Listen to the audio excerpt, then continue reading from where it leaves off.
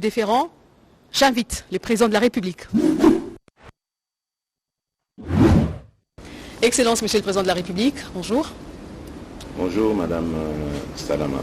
Merci, au nom de tous ses compatriotes, d'avoir accepté de répondre à leurs questions. Ils étaient en tout cas très nombreux à vouloir vous soumettre toutes ces questions-là. Nous en avons sélectionné une vingtaine, mais je leur ai promis. On m'a dit qu'il y en avait près de 5000, absolument. Il y avait près de 5000, uniquement via le formulaire que nous avions mis en place, via une sorte de plateforme, mais d'autres ont carrément réagi via les réseaux sociaux, Twitter, Facebook, Messenger, donc c'est allé vraiment...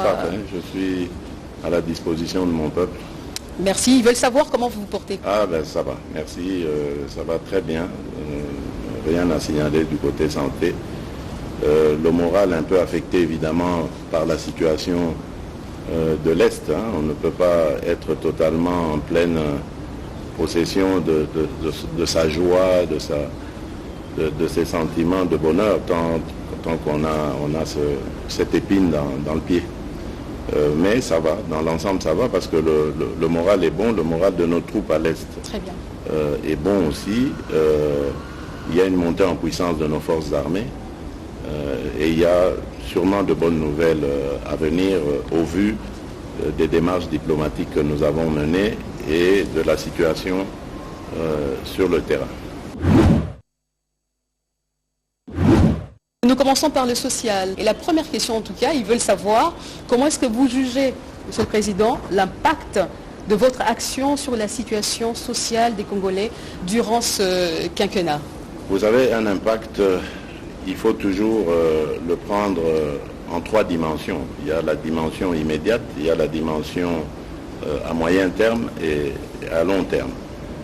Nous sommes dans des réformes, notamment au niveau de l'agriculture, qui vont nous amener une indépendance alimentaire, une sécurité alimentaire dans les années qui viennent. Évidemment, ce sont des réformes, il faut du temps pour les mettre en place, mais cela augure de très très bonnes nouvelles.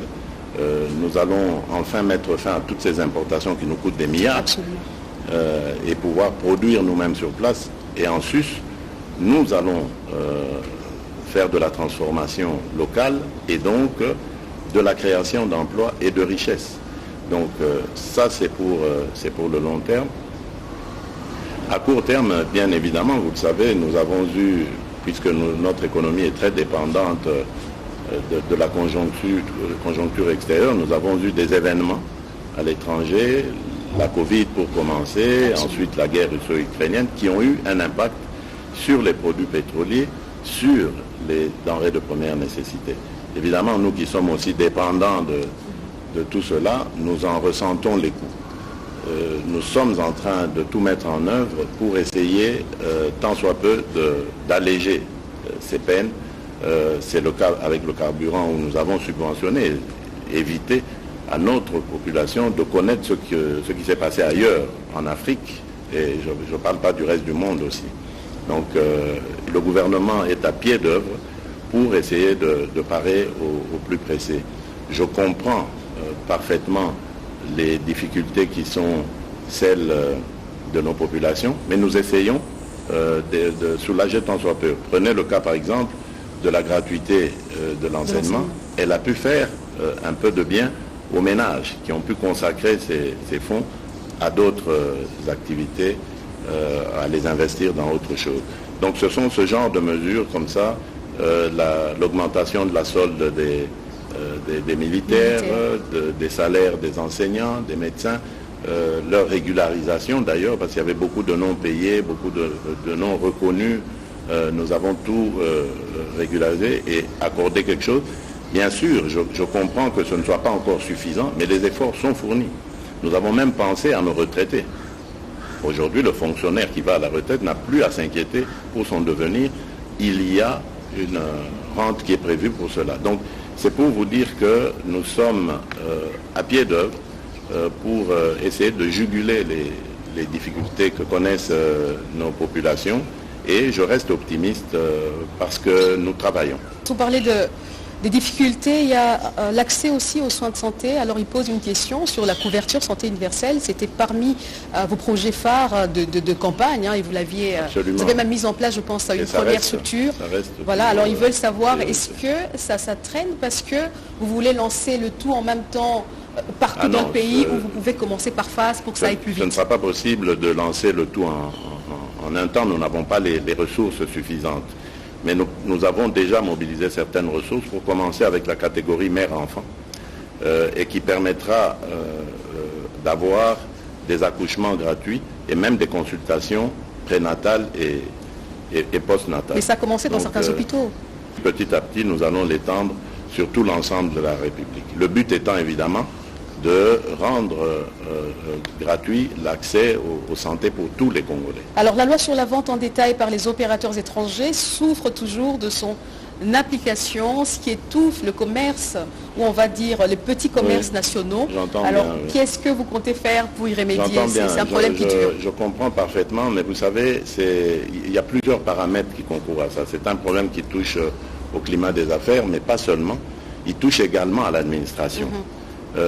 Vous voyez, nous venons de lancer l'identification de tous les Congolais. Cela nous permettra de résoudre énormément de problèmes, notamment en ce qui concerne le sujet que vous avez évoqué, de sortir de l'informel pour le formel. Parce que dans beaucoup de ces compatriotes qui se plaignent de concurrence déloyale étrangère dans le petit commerce, alors il faut régulariser tout ça, voir clair et pouvoir s'y pencher. J'en ai parlé au mois d'avril de cette année en Conseil des ministres pour donner des instructions.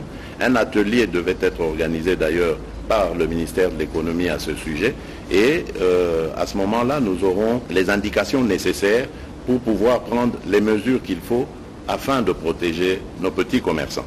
Mais à eux aussi, je leur demanderai de se faire identifier le moment venu, hein, parce que la campagne va bientôt commencer pour l'identification de la population, parce que c'est ainsi que l'État pourra prendre en compte leurs desiderata et surtout protéger leurs intérêts vis-à-vis de ces commerçants véreux qui grappillent sur leur part. Alors, donc nous prenons le problème en charge. Les barrières illégales également, les tracasseries sur la RN1, donc la route nationale numéro 1, ils disent que malgré toutes les missions pour les démanteler du gouvernement, toutes les missions échouent en fait. Aujourd'hui, ça coûte cher aux commerçants. Est-ce qu'il y a une solution qui est pensée pour cette problématique-là? Mais non seulement ça coûte cher aux commerçants, mais ça se répercute aussi sur le prix des denrées. Et c'est vraiment une situation très inconfortable dans laquelle nous mettent ces agents de police vrais et faux. Parce qu'il y a aussi des faux agents de police. Donc j'ai déjà eu à m'entretenir avec, je pense que c'est le prédécesseur de l'actuel ministre de l'Intérieur, pour que l'on redouble de vigilance, mais surtout d'action, afin de mettre fin à ces tracasseries. Et nous n'excluons pas non plus de faire recours à la technologie. Je pense ici par exemple à des drones qui couvriraient des axes entiers pour surveiller évidemment la circulation dessus. Donc nous sommes en train d'envisager plusieurs solutions, le but étant vraiment d'y mettre fin. Parce que c'est vraiment une situation qui nous met tous en difficulté et ça ne peut pas continuer comme ça. Mais nous mettrons tout le monde dans le jeu, y compris les notabilités locales, hein, je pense ici au chef traditionnel, pour que tout le monde puisse signaler en temps réel ce genre d'obstruction et que l'intervention de la hiérarchie puisse aussi se faire assez rapidement afin de de pénaliser évidemment ces contrevenants à la discipline de la police. Une autre question, Monsieur le Président. Le service national est susceptible de créer des emplois de masse. Est-ce qu'il est envisagé d'accélérer la couverture des projets agricoles sur l'ensemble du territoire? Bien sûr. Et en même temps, au-delà de l'agriculture, il pose la question sur la politique de la pêche et de l'élevage. Bien sûr. Tout va aller. Mais vous voyez, nous allons d'étape en étape parce que ce service national, je peux vous le dire, je l'ai trouvé dans une situation plus que chaotique. Absolument. Et ici, je profite de l'occasion pour vraiment tirer mon chapeau au général Jean-Pierre Kassongo Kabouik, qui est le patron de cette institution et qui la dirige de main de maître. C'est un homme très courageux qui très vite a cherché à me voir pour me parler des problèmes auxquels il faisait face au sein de son institution. Et nous avons travaillé de pair à les juguler. Et aujourd'hui, je suis heureux de voir que nous avons énormément de travailleurs repris d'ailleurs. Certains étaient parmi les Koulouna que l'on déplore aujourd'hui, repris de ces milieux-là, complètement métamorphosés et qui aujourd'hui servent l'État. On s'est lancé dans cette aventure vers la fin de l'année 2020 et voilà où nous en sommes aujourd'hui. Et je peux vous dire que dans tous les camps militaires, le prix du sac de farine est resté le même, c'est-à-dire hors concurrence, vous ne trouverez jamais ce prix sur le marché. Grâce justement à cette production, je lui avais demandé évidemment de privilégier cette catégorie, parce que pour moi les militaires, ce sont nos héros vivants, nous devons les accompagner dans tout ce qu'ils font. Et donc j'avais demandé qu'on privilégie cela. Et voilà que au niveau de la production agricole, ça se passe très bien parce que à côté du maïs, il y a le riz aussi. Et il va maintenant commencer la pisciculture. Voilà. Et à côté de ça, il y a la formation professionnelle. Beaucoup ne le savent pas, mais il y a dans ce service des bâtisseurs qui ont déjà prouvé de quoi ils étaient capables. Ils ont construit quelques écoles au village, dans mon village d'origine à Mupompa, dans le village d'origine du défunt président Laurent Désiré Kabila à Manono. Donc ils ont fait comme ça leurs preuves et ça va continuer. Nous allons ouvrir d'autres antennes à travers la République, en plus de Kanyama KCC, donc pour que le service national soit vraiment une institution qui réponde aux aspirations des Congolaises et des Congolais. Et moi, je me fais même une petite idée. Vous savez, dans d'autres pays, il y a eu, surtout dans les pays occidentaux, après la Seconde Guerre mondiale, le service militaire. J'y pense secrètement, à une sorte de service national, mais qui serait aussi obligatoire à tout jeune qui terminerait ses secondaires avant d'aller à l'université ou de faire autre chose. De servir la nation pendant une année, soit dans une formation militaire pour apprendre à défendre notre territoire, notre patrie, ou dans le service national qui est un service qui s'ouvre vraiment à toute la population au peuple congolais, donc qui est vraiment à son service. Et ainsi on pourra apprendre à être patriote et surtout à aimer son prochain, à servir son prochain. C'est vraiment une vocation qui en vaut vraiment la peine. Alors la dernière question de cette thématique économie et sociale concerne la justice. Il parle de l'impunité qui encourage l'immoralité dans l'action publique, surtout des mandataires. Alors comment est-ce que vous comptez renforcer la justice sur les dénonciations de corruption qui restent souvent sans suite?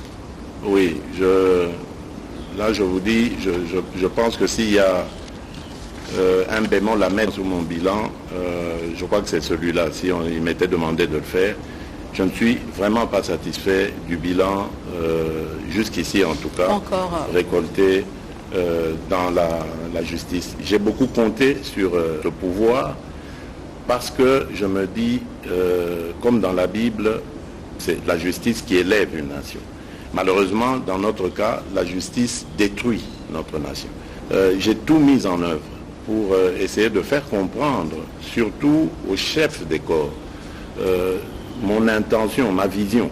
Et en fait, ma vision, c'est de dire, voilà, c'est vous qui connaissez votre métier, exercez-le consciencieusement, tel que vous l'avez appris de vos précepteurs.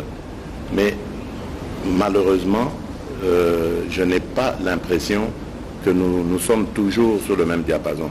Et nous récoltons souvent la critique de l'opinion de manière injuste, qui pense que, par exemple, je prends comme ça un cas, lorsqu'on met quelqu'un en prison préventive, en attendant son jugement et qu'après on le libère, on pense toujours qu'il y a une intervention de l'État. Madame, je peux vous le dire, devant Dieu, je ne suis intervenu dans aucun cas de ce pays pour demander l'arrestation ou la libération de quelqu'un. Jamais.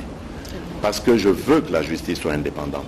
Moi, je crois que nos institutions doivent toutes être libres d'exercer leur pouvoir sans qu'il y ait de contraintes venant de la hiérarchie ou de qui que ce soit. Et donc je pense ici que cette justice a besoin de réforme. Je viens de vous donner le cas de l'arrestation préventive. Sous d'autres cieux, on parle parfois de mise en examen. Pourquoi est-ce qu'on ne le voit pas ici? Au lieu d'arrêter quelqu'un et de le jeter comme ça en pâture dans l'opinion, faire quoi? Parce que dès qu'on arrête quelqu'un, pour le commun des Congolais, il est coupable. Il est coupable. Absolument. Et lorsqu'on le reverra demain dehors, on va dire il a corrompu. Exactement. Ça peut être vrai, ça peut être faux, mais dans tous les cas, ça jette un discrédit sur la justice. Donc il faudrait une réforme. J'ai demandé des études sérieuses là-dessus. Je crois qu'elles sont même prêtes. Dans les jours qui viennent, je vais vraiment faire une sortie avec le Conseil supérieur de la magistrature pour les rencontrer et voir comment nous pouvons mettre en œuvre ces réformes. Évidemment, parmi eux, il y a de braves gens, il y a de braves femmes, il y a de braves hommes, je n'en disconviens pas, mais j'ai l'impression que tout le monde semble être dépassé par la force du mal qui est cette corruption, qui jette un discrédit finalement sur nous tous, parce qu'on pense, l'opinion pense que nous y avons tous à voir là-dedans. Et pourtant, je compte sur la justice, parce qu'il n'y a pas mieux qu'elle pour juguler les antivaleurs qui ont mis à mal notre économie, l'image du pays, etc. Et même pour les investisseurs, pour qu'ils viennent en toute assurance dans ce pays, ils doivent pouvoir compter sur une justice qui est impartiale, qui est objective. Il y a des avancées en justice avec la nomination récemment de plus de 5000 magistrats, 2500 pour 2500 qui seront déjà engagés, là, oui. Et puis des structures qui ont été mises en place pour lutter contre la corruption, notamment l'IGF. Et puis il a commencé à y avoir des arrestations de magistrats, ceux qui n'arrivaient plus. Donc, il y a des magistrats qui aujourd'hui sont jugés pour jugement inique, des choses comme ça. Donc voilà, on peut commencer à espérer. C'est pour ça que je vous dis, moi je ne désespère jamais. Donc il y a eu certes beaucoup de difficultés dans ce domaine, mais je continue de croire que nous sommes humains et nous, en tant qu'hommes, on ne peut que trouver des solutions. On ne peut pas rester sur les problèmes. On doit trouver des solutions et on les trouvera.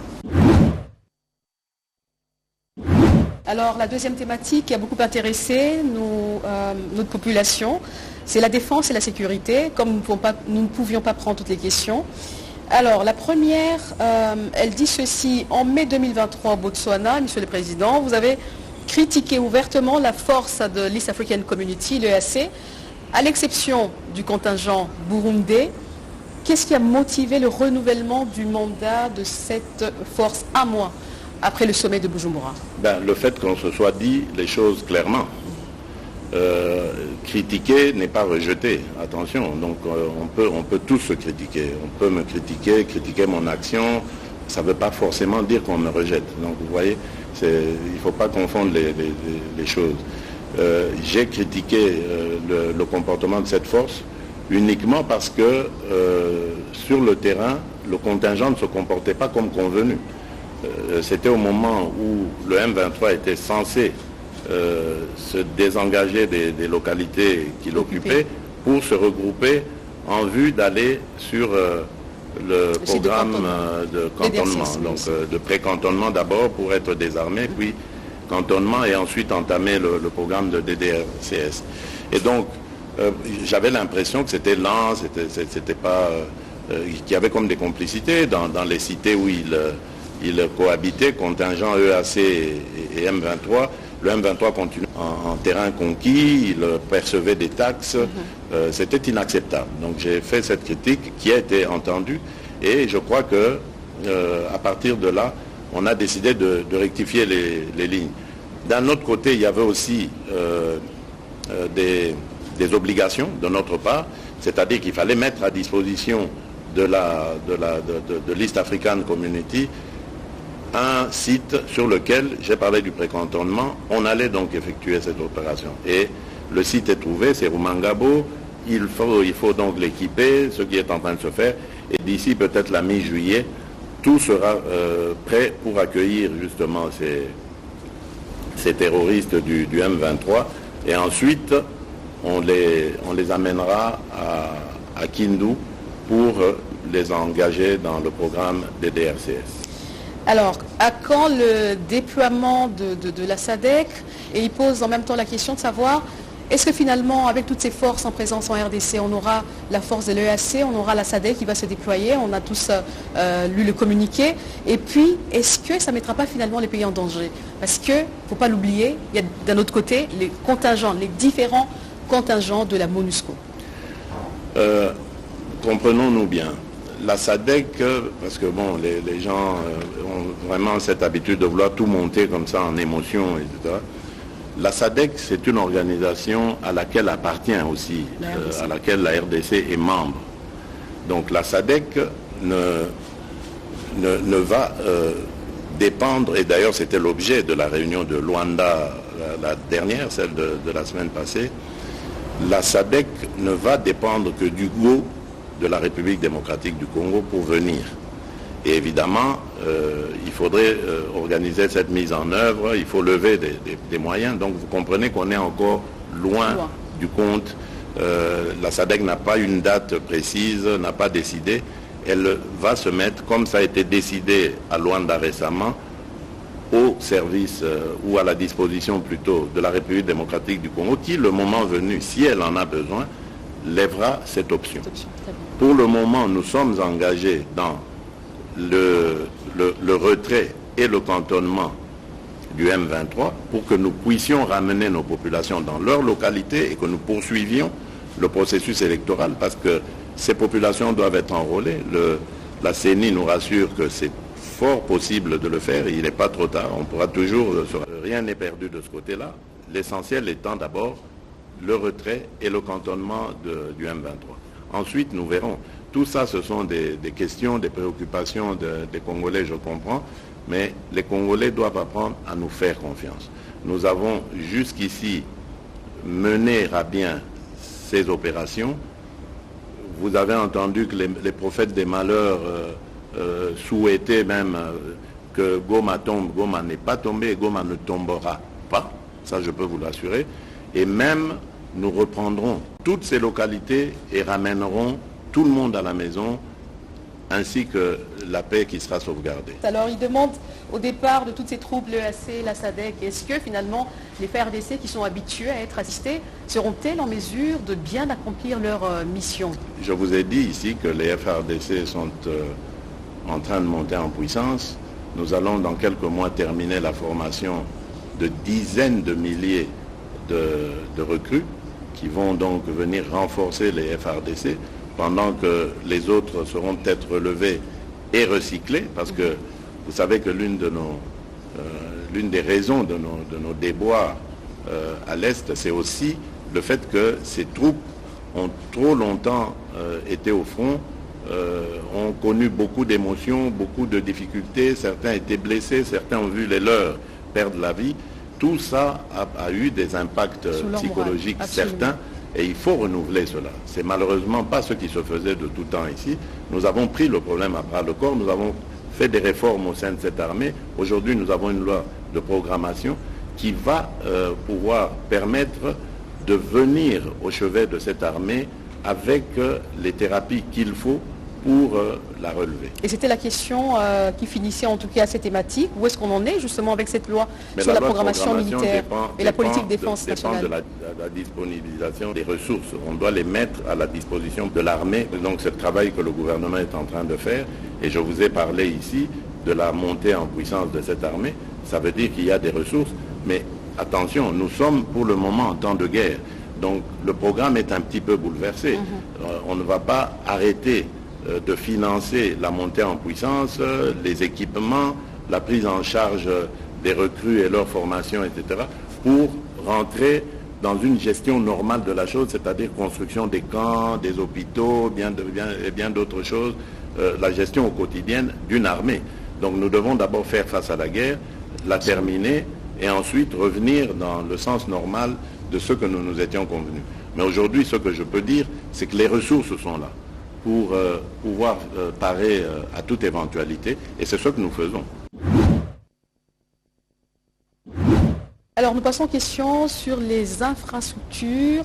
La première, c'est d'actualité, je pense, vous venez de Lobito. Alors ils disent, au lieu de construire les chemins de fer de Lobito avec l'Angola grâce au financement américain, notamment de 200 millions de dollars américains, est-ce qu'on ne peut pas financer nous-mêmes les chemins de fer de l'ex-Katanga à Banana ou Boma pour relier l'Est à l'Ouest? Bon, d'abord, il faudrait que je corrige quelque chose. Le chemin de fer est déjà construit. Le chemin de fer de Benguela, Lobito, il est construit, il existe. Et ce qui s'est fait hier à Benguela, c'était tout simplement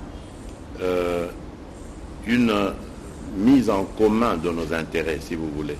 Ce rail, jadis, à l'époque du Grand Zaïre, ce rail nous servait. À l'époque, on n'allait pas par Kasumbalesa, on n'amenait pas nos minerais par là pour aller jusqu'au Cap et les transporter par mer. À l'époque, tout partait de Kolwezi vers Dilolo et de là en Angola vers le port de Lobito. Et c'est ça qui s'est passé hier. On a réhabilité ce chemin de fer qui était détruit à cause de la guerre en Angola et qui avait contraint la République démocratique du Congo à orienter ses évacuations autrement. Et donc on utilisait le chemin de fer du Katanga jusqu'à Ilebo. Et là on prenait le fleuve, enfin d'abord la rivière Kassai puis le fleuve, Kinshasa, et il y avait le rail sur Matadi. Et voilà comment on évacuait nos minerais. C'était beaucoup plus long que ce que nous venons de faire hier. Donc vous voyez qu'il y a non seulement un gain de temps, mais aussi un gain sûrement de ressources. Il n'y a qu'une manutention à faire pour le mettre sur le train. De Kolwezi à Dilolo, il connecte sur le chemin de fer qui va vers Lobito, et c'est parti. Tandis que celui qu'on avait mis en place, c'était manutention au Katanga, manutention pour tout transférer sur bateau à Ilebo, puis ensuite à Kinshasa, même opération, pour le remettre sur le train, arriver à Matadi, puis sur le bateau. Donc vous voyez, ça avait plus de coûts. Donc ici, je crois que c'est une très bonne opération qui s'est effectuée là. Nous venons d'ailleurs aussi de marquer des points en ce qui concerne l'intégration régionale. Vous savez que je suis très engagé sur ce genre de coopération avec nos voisins. Absolument. Et ici, nous gagnons et l'Angola et la Zambie comme partenaires dans ce projet. Et ça fera que le bonheur de toutes les populations qui se trouvent aux alentours, et même au-delà, parce que les répercussions en matière économique seront largement ressenties dans notre pays, à l'intérieur du pays. Alors une autre question, Monsieur le Président, est-il possible de construire surtout les routes de dessertes agricoles afin de permettre l'acheminement des produits agricoles et faciliter ainsi les échanges commerciaux, mais là plutôt entre provinces de la RDC? Mais bien sûr, je crois que les gens, nos compatriotes, je pense qu'ils n'écoutent peut-être pas assez, ou c'est nous qui ne communiquons pas suffisamment pour leur faire comprendre ça. Mais je vous donne juste l'exemple des 145 territoires, le programme de développement local.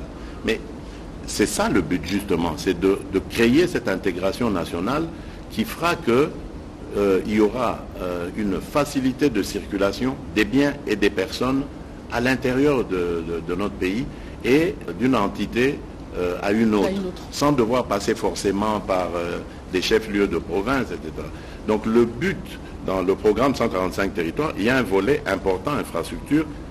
Donc dans les infrastructures, justement, il y a ces routes de desserte agricole, le but étant de relier chaque territoire à un autre. Et ainsi, on va réussir comme ça une sorte d'intégration nationale qui fera que les territoires pourront échanger entre eux. Et pour cela, il y a déjà des convois d'engins qui sont en train d'arriver, mais il y en aura encore plus. Il y en a quelques milliers qui arrivent pour les infrastructures routières et autres, mais également pour développer l'agriculture. Alors justement, je ne sais pas si vous avez une idée, il demande combien de kilomètres de routes ont été asphaltés ou construits depuis. Il y a eu beaucoup de routes qui ont été faites, beaucoup qui ont été réhabilitées, beaucoup qui sont en projet. Je pense à Kalamba-Mbouji, je pense à cette route qui va relier le Kasaï oriental au sud Kivu, je pense à la grande route qui va partir de Beni jusqu'à Kisangani. Donc vous voyez un peu tout ce que nous pourrions avoir à Kinshasa comme retombées agricoles de ces zones très riches en denrées agricoles. Donc voilà, il y a des grands projets comme ça qui sont en train d'être finalisés déjà. Pour celui de Beni Kisangani, je crois que les études sont en train d'être faites maintenant. Celui de Mbujimai à Bukavu, je crois que les études ont été faites, c'est la Banque mondiale qui va s'en occuper. Celui de Kalamba-Mbouji qui part de la frontière avec l'Angola et qui rentre jusqu'à Kananga, jusqu'à relier la nationale 1 qui vient de l'ex-Grand Bandundu, qui passe par Tikapa et qui va vers Mbujimai et autres. Voilà. Donc il y a de grands axes comme ça qui sont en train d'être faits, mais on n'a pas le temps de s'arrêter, comment j'allais dire, de se réjouir de nos petites victoires. Nous devons travailler. Le gouffre est tellement profond, le gouffre dans lequel le pays s'était enfoncé. Nous n'avons pas le temps de célébrer, de savourer nos petites victoires. Le peuple a besoin encore davantage de résultats, de prise en compte de ses intérêts, et nous sommes concentrés sur ça. Alors à quand la construction des grands centres médicaux pour chaque province, mais vraiment des hôpitaux, 200 lits avec des équipements de pointe? Voilà, une fois de plus, là aussi c'est une question de ressources. Et nous avons dû faire un choix. Nous avons pensé que économiquement, il serait rentable de réhabiliter celles qui sont. Bien que, c'est vrai, comme dans le cas du camp Tchatchi, c'était en réhabilitant que nous avons vraiment construit quelque chose de beaucoup plus grand. C'était un petit dispensaire, mais que j'ai voulu voir plus grand, mais rien que pour rendre hommage à nos soldats. Mais ailleurs, c'est de la réhabilitation. Mamayemo, par exemple, vous allez voir, il va être construit un grand complexe. C'est vrai que c'était déjà un grand hôpital, mais là, on va le moderniser et le faire en hauteur pour gagner plus d'espace et de place aussi. Ailleurs, c'est de la réhabilitation que nous avons faite parce que justement, les moyens ne suivent pas encore. Mais vous verrez que dans le cadre du programme des 145 territoires, nous avons veillé à ce qu'il y ait un centre médical dans chaque territoire et qui comprendra quand même les équipements nécessaires pour pouvoir prendre directement en charge les cas les plus urgents, les plus graves, en attendant un transfert. Donc le projet existe, mais évidemment, comme je l'ai dit, c'est une question de ressources. Là, nous sommes en train de tout mettre en œuvre pour rendre d'abord accessible aux soins de santé tout le monde. Ça, je trouve que c'est plus important que de construire des grands hôpitaux. Il faut que tout le monde puisse, en tout cas, être en mesure de bénéficier des premiers soins. Vous savez que, par exemple, pour la malaria, le palu, il tue plus que le sida. Absolument. Si nous ne protégeons pas nos populations et que nous préférons mettre cet argent dans la construction des grands hôpitaux, je crois que ce serait se tromper de priorité. La priorité ici, c'est d'abord, pour moi, de protéger nos populations, de les mettre en situation de santé adéquate et ensuite voir comment ça va s'améliorer au fur et à mesure. Le Congo est un grand chantier, je l'ai toujours dit. Ce n'est pas aujourd'hui ou demain que ce chantier se réalisera complètement, mais il faut y mettre sa pierre au fil des années. On finira par tout reconstruire. Alors, la dernière question en infrastructure, quelle est finalement votre politique en matière de logement? Est-ce qu'il y a un projet de construction des logements sociaux? Bien sûr, encore là, une fois de plus, le programme des 145 territoires. Le but qui était visé dans ce programme, c'était de ramener tous les cerveaux, passez-moi l'expression, vers les milieux ruraux. Parce que tout le monde, à force de faire face au chômage, la déglingue de ces territoires, tout le monde a fini par migrer vers des grands centres urbains, allant même jusqu'à les encombrer, etc. Et aggraver les situations sécuritaires, professionnelles et tout ça. Donc maintenant, l'ambition que se dote ce programme des 145 territoires est de ramener tout ce monde, en tout cas le plus possible, vers ces territoires. Et donc pour ça, il faut construire des logements décents qui vont pouvoir permettre aux gens, quand ils reviennent des centres, de pouvoir rester dans les mêmes conditions, si pas même dans de meilleures conditions que là où ils se trouvaient au centre, et pouvoir s'adonner de manière beaucoup plus motivée à leurs nouvelles tâches dans ces territoires. Donc oui, il y a un programme qui est compris dans le grand programme des 145 territoires, programme de logement, mais également, à côté de cela, il y en a d'autres. Hein, vous savez que j'ai récemment, dans un des conseils de ministres, demandé à ce qu'on relance, on réhabilite l'industrie de fabrication de maisons préfabriquées qui se trouve à Kisangani, qu'on le réhabilite, qu'on réhabilite cette usine, parce que c'est une usine qui a coûté cher à l'État et qui ne sert plus à rien aujourd'hui, qui peut non seulement créer de l'emploi, mais aussi construire des logements. Donc il y a comme ça plusieurs secteurs dans lesquels nous allons nous pencher pour relancer justement ce logement.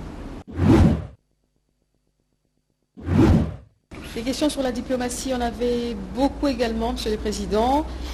La première, après tous ces voyages à l'étranger, quelles en sont les retombées finalement sur le plan socio-économique pour le pays et pour la population?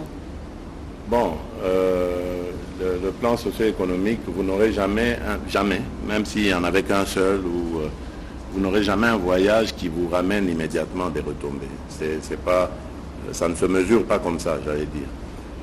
Les retombées, il y en a beaucoup. D'abord sur le plan diplomatique. Le Congo était, j'allais dire, en isolement ou peut-être en immersion totale. On ne le voyait pas, on ne l'entendait pas. À telle enseigne que lorsque nous avons commencé à dénoncer récemment ici, après l'agression rwandaise, les vraies intentions du Rwanda, nos interlocuteurs semblaient découvrir pour la première fois ou entendre pour la première fois ce genre de choses. Ça veut dire que le Congo avait cessé d'être présent. Nous le voyons aussi lorsque aujourd'hui nous parlons d'environnement. Vous savez que le Congo se présente aujourd'hui comme le pays solution aux problèmes de réchauffement climatique. Eh bien, le Congo était resté aphone pendant toutes ces années. Et c'est pas mal de dire que c'était le Congo d'en face et le Gabon qui avait pris le lead dans ce domaine en ce qui concerne le bassin de la forêt du Congo. Donc, alors que nous sommes, nous, propriétaires au moins de 65% de ce massif forestier. Donc, c'est quand même étonnant que nous soyons restés comme ça, absents de tout ça. Idem pour les minerais stratégiques, grâce auxquels aujourd'hui on va avoir une transition énergétique, transition industrielle. Le Congo était absent alors que c'est l'un des leaders mondiaux dans ce domaine. Et grâce justement à ces sorties, nous avons réussi à installer le Congo sur cet échiquier-là. Et aujourd'hui, plus rien ne se fait sans que l'on parle du Congo. Je pense le mois prochain, nous allons recevoir ici deux leaders de deux grands pays, deux des plus grands avec le Congo, qui sont propriétaires de grandes forêts, donc l'Amazonie, la forêt en Indonésie et la forêt équatoriale. Donc le Brésil, l'Indonésie seront ici le mois prochain pour justement montrer leur solidarité avec la RDC, mais à travers la RDC aux autres pays qui appartiennent au même bassin du fleuve Congo, qui vont maintenant nous permettre de pouvoir parler d'une seule voix et de défendre nos intérêts. Nous sommes aujourd'hui, nous représentons le poumon du monde.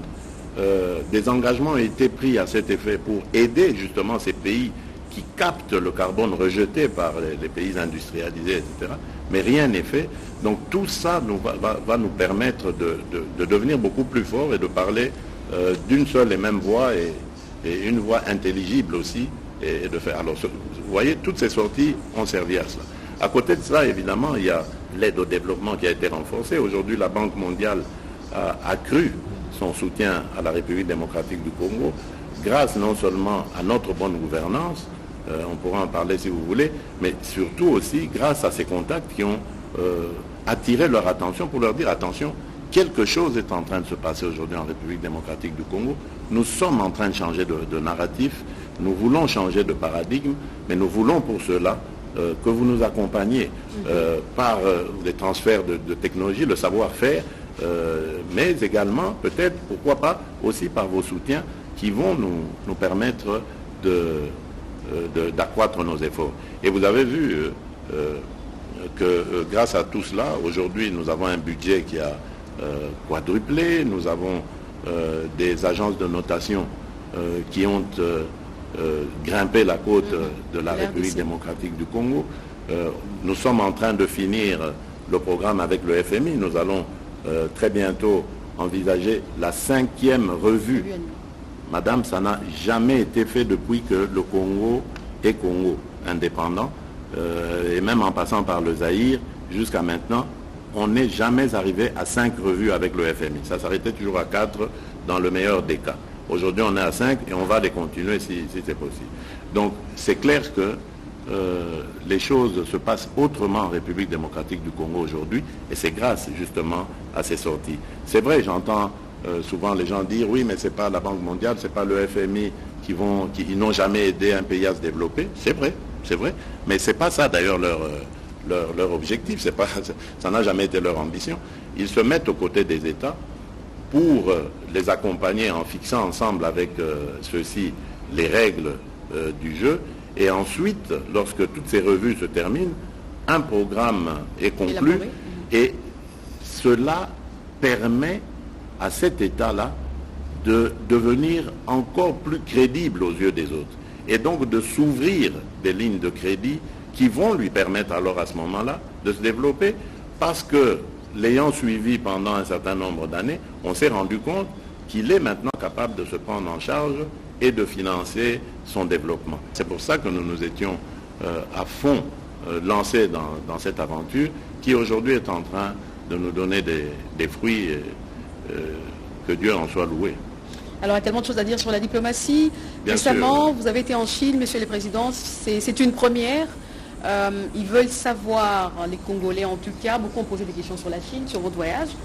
Est-ce qu'il y a des bénéfices? Est-ce qu'il y en aura? Mais il y a déjà des bénéfices avec la Chine, déjà de tout temps. Enfin, la Chine, c'est un partenaire depuis 50 ans. Notre partenariat n'a pas commencé aujourd'hui. Quand vous voyez le Palais du Peuple, le Stade des Martyrs, voilà, ça sont des retombées de nos relations avec la Chine.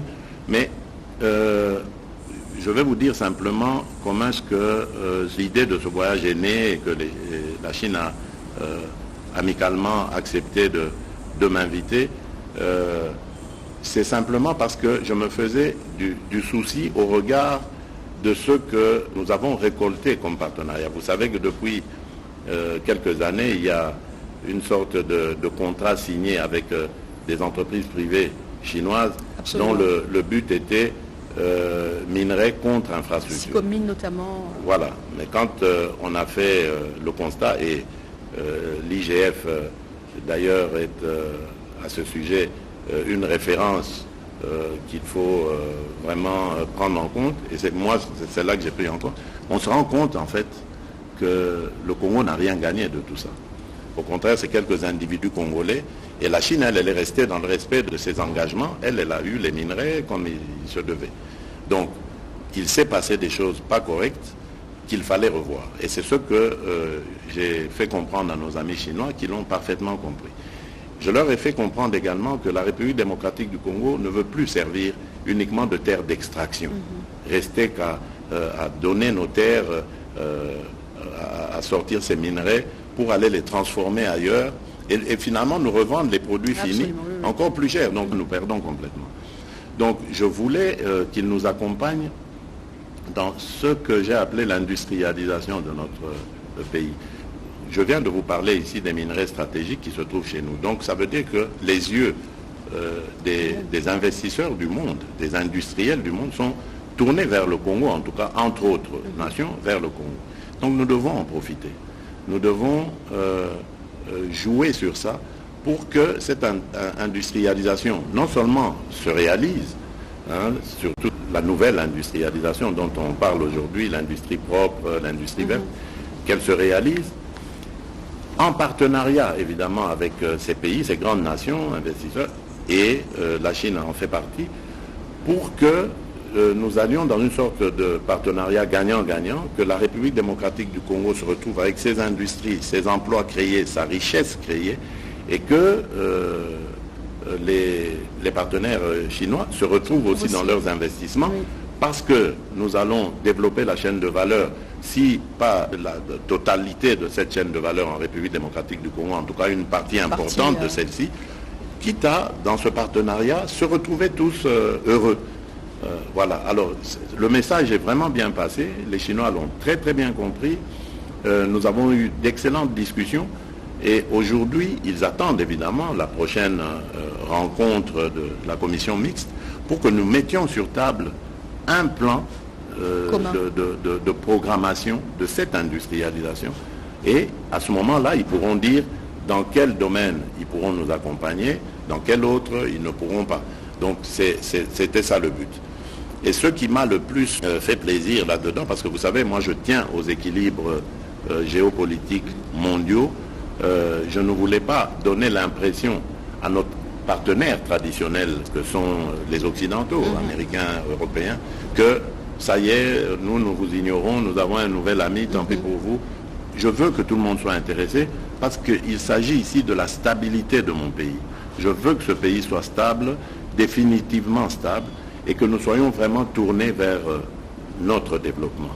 Et voilà pourquoi, dans ce que nous nous sommes dit avec le partenaire chinois, il y a aussi la possibilité, s'ils le désirent, européens et américains, de les approcher, de les intégrer dans ces projets. Et c'est ça que j'ai beaucoup apprécié, cette souplesse de la part des Chinois qui me convient parfaitement. Alors, une question, est-ce qu'on ne devrait pas rompre finalement, mais complètement, nos relations diplomatiques avec le Rwanda? Vous savez, j'ai toujours eu une approche différente de certains de mes compatriotes que je trouve beaucoup plus, passez-moi l'expression, peut-être extrémiste, enfin, mais je comprends leurs sentiments. Il faut toujours faire la part des choses entre le régime Kagame et le peuple rwandais. Absolument. Le peuple rwandais est un peuple frère. Ce peuple restera toujours aux côtés, en tout cas au Rwanda, pays à côté de la RDC. Absolument. Donc, pourquoi rompre les relations avec ce peuple? Ça n'aura aucun sens. D'abord parce qu'il y a déjà des mariages qui se sont faits, il y a des échanges économiques qui se font, commerciaux, qui se font.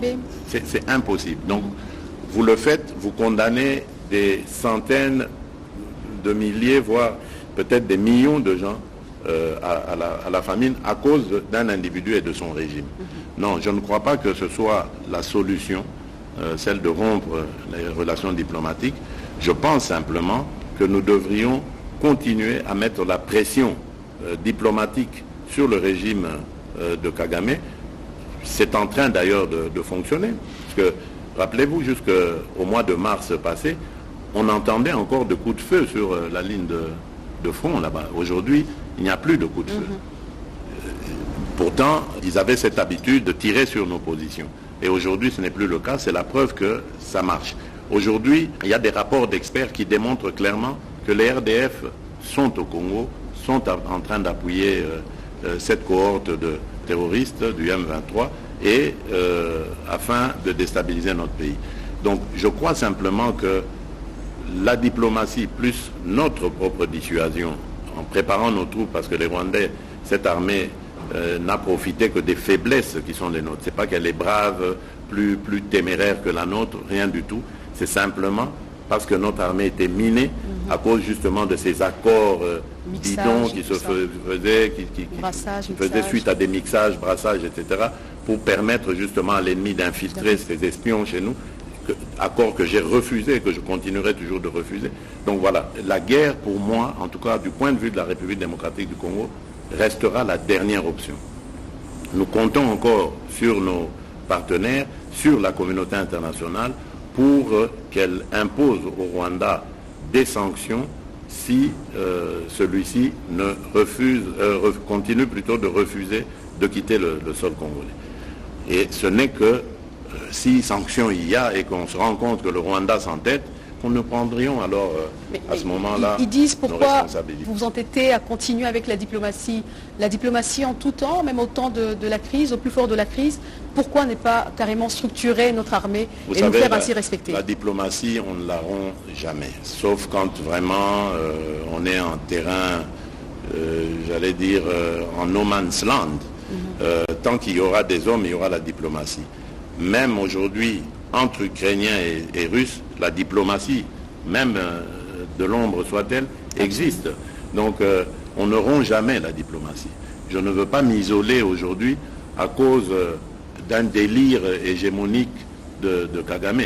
Donc moi, je continue de croire en la force de notre diplomatie, mais maintenant, en plus de la diplomatie, j'ai renforcé les capacités de mon armée, donc je n'ai pas à craindre ce bourreau. Donc le moment venu, s'il n'obtempère pas, nous prendrons nos responsabilités, comme je l'ai dit, mais ça reste la dernière option. La dernière question sur la diplomatie, malgré la crise russo-ukrainienne, pourquoi ne pas se tourner carrément vers Vladimir Poutine, vers la Russie comme un partenaire stratégique? Mais la Russie, c'est un partenaire, sauf que la Russie n'a pas vraiment l'habitude de beaucoup commercer en Afrique. Il n'y a pas que en République démocratique du Congo. Remarquez partout, souvent c'est la coopération militaire. Mais pour ça, on a suffisamment d'alliés de ce côté-là. Si on avait des besoins, on se serait aussi adressé à eux. Mais souvenez-vous, en 2019, je crois, nous avons eu à nous rendre au sommet de Sochi, Russie-Afrique. J'y avais rencontré beaucoup d'hommes d'affaires qui semblaient être intéressés par la République démocratique du Congo dans plusieurs domaines. Mais je ne vais pas les forcer à aimer le Congo ou à venir au Congo. La porte du Congo est ouverte en tout cas pour tous ceux qui voudraient venir y faire des affaires qui seront prospères à la fois pour eux, mais aussi pour nos populations. Donc je n'ai pas de préférence.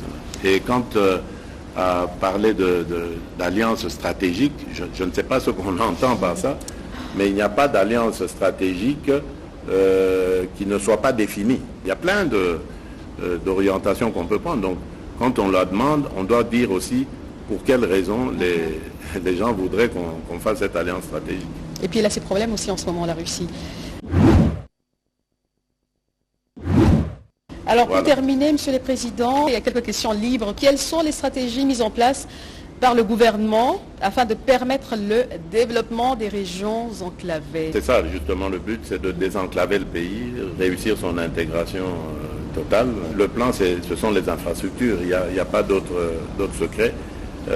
Non seulement les infrastructures, mais également l'érection de centres d'activité commerciale. J'ai pu le voir dans certains pays. Et je l'ai vu encore en Angola, parce que le président m'a invité à aller voir quelques municipalités qui sont spécialisées dans la pêcherie, etc.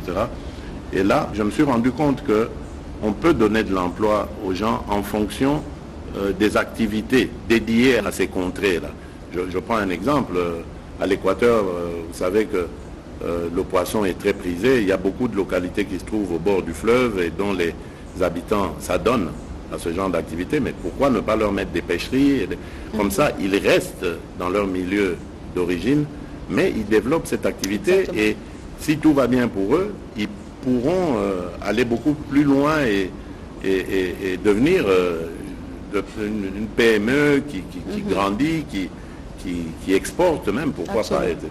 Donc c'est ça le but, et c'est pour ça que nous avons lancé cet ambitieux programme de construction des zones industrielles qui, pour certaines, prendront même le statut de zone économique spéciale afin de booster l'activité. Et ces zones se trouveront, pour certaines d'entre eux, dans des milieux ruraux. Le grand défi est et restera toujours énergétique. La République démocratique du Congo a besoin de beaucoup d'énergie, eau, électricité, pour pouvoir réussir ces défis. Nous sommes aussi là dans un plan de développement de plusieurs études pour voir comment, à partir des sites hydrauliques que nous avons, il y en a à peu près 600-700 sur tout l'ensemble du territoire, nous pourrons pouvoir comme ça développer des générateurs d'électricité et d'adduction d'eau pour desservir les populations locales. Ça aussi, c'est un programme qui me tient très à cœur parce que malheureusement, jusqu'ici, nous ne sommes arrivés qu'à 30% pour ce qui est de l'eau, de couverture en eau aux populations. Lorsque je suis arrivé au pouvoir, on était à 8 ou 9%. Donc on est quand même à 30%. L'objectif de 2023, c'était d'arriver à 53% pour atteindre les 70% en 2030. Malheureusement, on est un peu en deçà. On doit s'efforcer. À 22% pour l'électricité, on était à 18% en 2018. Donc là, on a encore besoin de beaucoup ramer pour aller beaucoup plus loin. Donc voilà, ça ce sont les grands défis, les grands objectifs que nous nous sommes assignés et que nous espérons atteindre. L'installation de votre QG dans la partie est du pays, à Goma précisément, vous l'aviez promis. Et puis il y a des villes où vous n'avez pas encore été, vous n'avez pas pu visiter durant tout le mandat, Kisangani. Vous savez, la technologie aujourd'hui nous permet d'être présents à plusieurs endroits en même temps ou à des endroits sans être là forcément. Il y a toujours une perception que vous avez lorsque vous aspirez à une fonction par rapport à lorsque vous êtes dans la fonction. Évidemment, devant le malheur de nos compatriotes à l'époque, lors de la campagne, je me suis dit, je viendrai m'installer ici. Mais lorsque j'accède à la fonction, je me rends compte qu'en tant que commandant suprême des forces armées de notre République, je n'ai pas besoin d'aller m'installer là-bas pour que les choses marchent. J'ai réussi à les faire marcher à partir d'ici. C'est une perception qu'il y avait au moment où j'étais le candidat, Félix Tshisekedi. J'ai été à Goma à plusieurs reprises et aujourd'hui, de Kinshasa, j'ai endigué cette progression de ces agresseurs. Et grâce à la diplomatie, nous allons renverser la tendance. Donc, il ne faut pas que ma personne soit forcément là pour se faire. Et je peux vous dire qu'aujourd'hui, grâce à nos acquisitions, je peux, de mon QG, suivre en temps réel des combats sur le terrain. Voilà. Très bien. Alors, avec le son et l'image. À l'approche, Monsieur le Président, des échéances électorales, la tension monte dans les états-majors politiques. Il vous est reproché d'utiliser des méthodes dictatoriales, répressives contre l'opposition. Qu'en dites-vous? Oui, bon, d'abord, je tiens à vous le dire, je ne serai jamais dictateur. La preuve, c'est que si j'étais dictateur, ceux qui le disent ne seraient pas ici au Congo pour le dire. Hein? Je ne veux pas vous donner d'exemples de pays, mais regardez un peu autour de nous. Hein? Le pays auquel vous pensez, là, je devine. Si un opposant à ce régime peut dire dans ce pays, ou un journaliste peut parler de dictature dans ce pays-là. Bon, voilà. Donc c'est déjà vous dire que s'ils peuvent le dire ici et rentrer chez eux, dormir tranquille, ça veut dire que ce n'est pas vrai. Bon, mais en même temps, il ne faut pas confondre démocratie et anarchie. Absolument. Voilà. Donc, moi, j'ai passé les 3/4 de ma vie à me battre contre la dictature, contre les injustices et pour les libertés. Mais jamais je n'ai pris la liberté